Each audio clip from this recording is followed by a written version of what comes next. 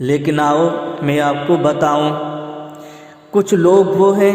کہ نکاح ہو جاتا ہے، نکاح ہونے کے بعد جب پہلی رات اپنی بیوی کے پاس پہنچتے ہیں تو پہنچنے کے بعد سب سے پہلے کہتے ہیں کہ مہر معاف کر دو۔ اب مہر تو دیا نہیں گیا،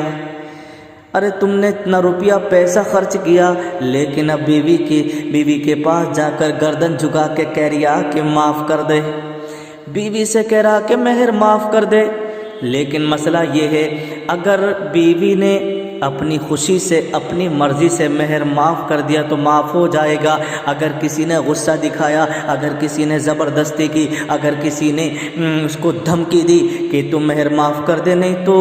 میں تجھے مار لگاؤں گا، یا میں تیرا قتل کر دوں گا، یا میں تجھے کچھ بھی نقصان پہنچا دوں گا، اس نے اگر دھمکی میں آ کر کے اس نے اگر خوف سے تمہارا مہر معاف کر دیا تو یہ سمجھو معاف نہیں ہوگا۔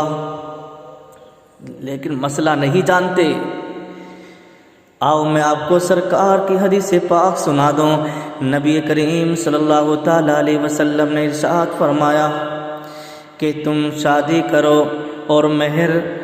جو ہے بیوی کا ادا کرو، مہر دینے میں جلدی کرو، کیونکہ موت کا کوئی بھروسہ نہیں ہے۔ مان لو بہت سارے لوگ ایسے ہیں کہ انہوں نے بیوی سے مہر تو معاف نہیں کرایا، اور آپ نے کبھی کبھی یہ بھی دیکھا ہوگا کہ جب ان شوہر کا انتقال ہو جاتا ہے تو بیوی جنازے کے پاس بیٹھ کر کے اپنے شوہر کا مہر معاف کرتی ہے۔ بہت سی جگہوں پر یہ رسم چلتی ہے، لیکن اے میرے پیارے مسلمانوں، کیا یہ صحیح ہے کہ یا شوہر کا جنازہ رکھا ہوا ہے، شوہر نے اتنا روپیہ کمایا تھا، شوہر نے اتنی بلڈنگیں بنائی تھی، شوہر نے اتنی گاڑیاں خریدی تھیں، شوہر نے اتنا بڑا کاروبار بچوں کے لیے کر کے دیا تھا، تو کیا وہ اپنی بیوی کا مہر نہیں دے سکتا تھا؟ لیکن تم نے اپنے دلوں سے بیوی کی محبت کو نکال دیا ہے، تم نے اپنے دلوں سے شریعت محمدیہ کو دور کر دیا ہے۔ تم یہ نہیں سمجھتے کہ مہر کی قیمت کیا ہوتی ہے، مہر کتنا قیمتی ہوا کرتا ہے۔ لیکن آؤ اللہ رب العزت قرآن مقدس کے اندر کیا ارشاد فرماتا ہے، سنو۔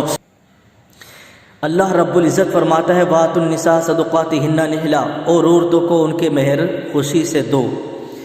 تو جن عورتوں کو نکاح میں لانا چاہو ان کے بندھے ہوئے مہر ادا کر دینا چاہیے۔